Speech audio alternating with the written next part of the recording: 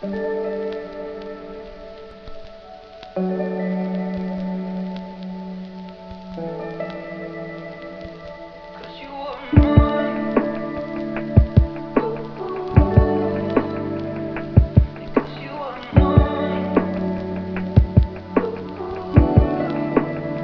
à tous, j'espère que vous allez bien. Aujourd'hui on se retrouve dehors pour un petit vlog de peinture en plein air. Donc là je me suis rendu à pied au bord d'un lac gelé, c'est hyper joli, ça fait vraiment un effet miroir avec des genres de mini vagues blanches comme on peut voir là qui ont été gelées à cause du vent. Et il y a plein de gens qui font du patin dessus parce que c'est vraiment hyper épais au bord, la glace fait au moins 10 cm d'épaisseur donc au milieu je pense que c'est encore plus. Et il y a plein de gens qui font du patin, c'est assez marrant à voir. Je suis au bord du lac et puis j'arrivais pas à trouver de bon endroit très cool parce que vous voyez là en fait derrière, bon, ça fait un paysage assez sympa avec le lac gelé, quelques arbres et puis le ciel, mais c'est quand même assez plat, tout blanc, tout dans des tons assez ternes et tout. Et du coup j'ai fini par trouver des petites maisons là juste derrière. Donc là il y a une maison verte avec un toit bien orange et puis une tour jaune derrière. Et du coup c'est bien, ça pourra mettre un peu de peps dans la peinture, faire un truc un peu plus détaillé. Puis j'essaierai de mettre peut-être devant là sur la glace des gens en train de patiner. Ok, donc j'ai fini d'installer tout mon petit setup. Donc pour le matériel, c'est à peu près la même chose que la dernière fois, j'ai juste mon trépied pour mettre mon appareil photo. Là, j'ai changé de trépied parce que j'ai pas pu emporter l'autre en bois dans l'avion, il était trop lourd. Du coup, j'en ai racheté un tout simple comme ça dans un magasin que j'ai trouvé à Stockholm. En fait, c'est juste un petit trépied en aluminium très léger et puis qui se transporte assez facilement. Il est un petit peu bas pour peindre debout, mais bon, c'est pas très grave. Ça, c'est mon truc pour pouvoir transporter les peintures où en fait là, c'est un bloc de feuilles dedans. Et là, c'est un cadre uniquement pour le transporter ensuite. En vrai, je le fixe sur le dessus de mon sac. Et du coup, il n'y a rien qui vient toucher la peinture, donc c'est assez pratique. Et puis ensuite, j'ai ma petite palette, un pinceau, du liquin. Et puis voilà, on va pouvoir commencer. Il fait très très froid en fait, il y a énormément de vent. J'espère qu'on entend bien ma voix, sinon bah, je mettrai une voix off par-dessus. Et on peut voir d'ailleurs mon chevalet qui vient de tomber. Alors, je fais attention à ça. Beaucoup de vent. Du coup, il fait très froid. Heureusement, j'ai pris des trucs pour m'habiller chaudement. Je sais pas si ça va suffire, donc voilà, on verra. Quand j'aurai trop froid, j'arrêterai de peindre. Donc pendant le timelapse de la peinture, je vais essayer de vous expliquer un petit peu comment je procède pendant un plein air pour arriver à capturer le plus rapidement possible la scène. Parce que là, le but c'est quand même d'être rapide parce qu'il fait très froid, la nuit va tomber. Puis dans un plein air, on n'est jamais forcément hyper bien installé. Du coup, le but c'est de pouvoir faire quelque chose d'assez rapide quand même et de garder l'essentiel de la peinture. Du coup, vous pouvez voir que là, je commence par le ciel. En fait, dans un plein air, l'important, c'est vraiment de commencer par les plus grands éléments pour finir par les plus petits. Comme ça, en fait, vous commencez par ce qui est le plus facile. Donc là, je vais faire par le ciel et puis par l'eau qui est le reflet du ciel. Donc c'est quasiment la même chose. Et du coup, je commence par faire une espèce de mélange gris, un tout petit peu bleuté, mais très très peu. Il faut vraiment que ce soit un gris moyen très clair. En fait, ça va me définir la base de toute ma peinture. Et c'est grâce à cette couleur qui va être la plus claire que je vais faire tous les contrastes qui viennent par la suite. Du coup, je fais un espèce de gros mélange avec du blanc, du bleu et du marron pour faire quelque chose de moyen. Et après, dedans, je fais quand même quelques variations plus claires et plus foncées pour pouvoir faire les effets de nuages qu'on peut voir dans le ciel plus loin. Une fois que j'ai fini de faire le ciel et son reflet sur la glace, le deuxième plus grand élément, ça va être ce qui est à peu près au niveau de la ligne d'horizon. En fait, c'est la berge du lac avec tous les différents arbres qui vont faire une grosse ligne foncée et qui vont vraiment déterminer la géométrie du paysage que je fais. Du coup, c'est la deuxième chose que je fais. Je fais un mélange avec du marron et du bleu pour qu'il soit très foncé et je mets beaucoup de bleu dedans. En fait, c'est quasiment un bleu mais qui ressemble beaucoup à un gris foncé. Et ça me permet d'avoir de la perspective atmosphérique. En fait, je fais exprès de mettre beaucoup de bleu dans ce mélange-là parce qu'il est lointain. Contrairement aux arbres qui sont plus proches de nous, où là je mettrai moins de bleu, comme ça fera plus de marron. Et on aura une bonne impression de perspective atmosphérique. Ici, je m'embête pas trop à faire la forme précise de ce que je vois devant moi. En fait, je fais juste une espèce de mélange d'arbres chaotique. Et je fais le même reflet dans l'eau pour avoir quelque chose qui se ressemble bien. Et ensuite, je vais m'occuper maintenant de la berge du premier plan, là où il y a les maisons qu'on peut voir sur la vidéo tout à gauche. Donc il y a plein d'herbes en fait qui sont très jaunes, des herbes sèches qui vont être au premier plan le long de l'eau. Et du coup ça je l'ai fait avec un mélange de marron et de jaune et un tout petit peu de blanc pour avoir quelque chose qui tranche bien. Et comme ça, comme c'est très pigmenté, on a vraiment l'impression d'être au premier plan. Et ça c'est très important. Parce qu'on va pas se mentir, dans un paysage qui a d'être très important, c'est de bien prendre en compte les différentes choses. Donc il y a une forêt, de l'eau et une maison. Mais ce qui va vraiment donner de l'intérêt à votre paysage, c'est la perspective atmosphérique que vous arrivez à créer dedans pour qu'on puisse vraiment se projeter en 3D dedans et qu'on voit bien la distance. Maintenant, je m'occupe des petites maisons qui sont au premier plan.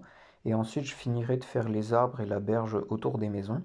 Donc pour les couleurs de la maison, j'essaie de faire des trucs vraiment très tranchés.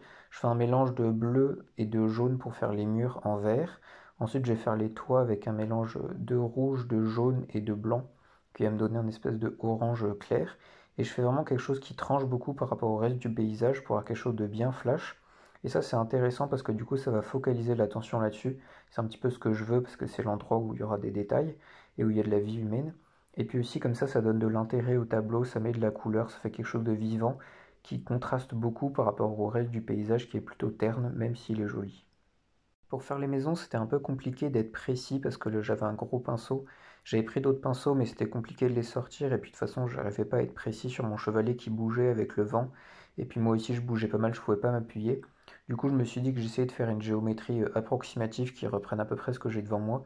Et puis je les retravaillerai une fois chez moi pour avoir les bonnes lignes de fuite et quelque chose qui se ressent bien en 3D. Du coup, je fais au mieux avec mon gros pinceau et puis je les retravaillerai dans un second temps. Ici, la glace fait vraiment comme un miroir, alors elle atténue un petit peu les couleurs et leur donne une teinte bleutée. Du coup, j'essaie de le refaire en fait en mélangeant avec la couleur que j'avais mise avant, mais j'essaie vraiment de faire quelque chose qui fasse miroir en fait en faisant exactement la même chose sur la glace qu'en vrai. Et puis ça aussi, je le retravaille dans un second temps. Pour l'instant, je fais juste quelque chose d'approximatif. Comme pour tout le reste de la peinture, en fait, je peux pas être très précis avec mon gros pinceau, donc je capture juste rapidement la scène et puis après, je laisse le reste pour la seconde partie. Et voilà, j'ai fixé ma peinture sur mon sac, j'ai rangé tout le matériel. Petit coup d'œil à la vue, là la nuit commence à tomber, il fait très très froid, il y a beaucoup de vent. Tous les patineurs sont partis. Mais c'était très sympa à faire et puis je trouve la composition assez intéressante avec les petites maisons et tout. Bon, je les ai fait très rapidement, là j'ai peint une demi-heure, vraiment très très rapide parce qu'il faisait très froid. J'avais peur que mon chevalet tombe à peu près toutes les 5 secondes, donc voilà. J'ai fait à peu près le principal, je pense, sur les couleurs, sur la composition et tout ça, et puis on retravaillera tout ça avec une photo une fois rentré chez moi.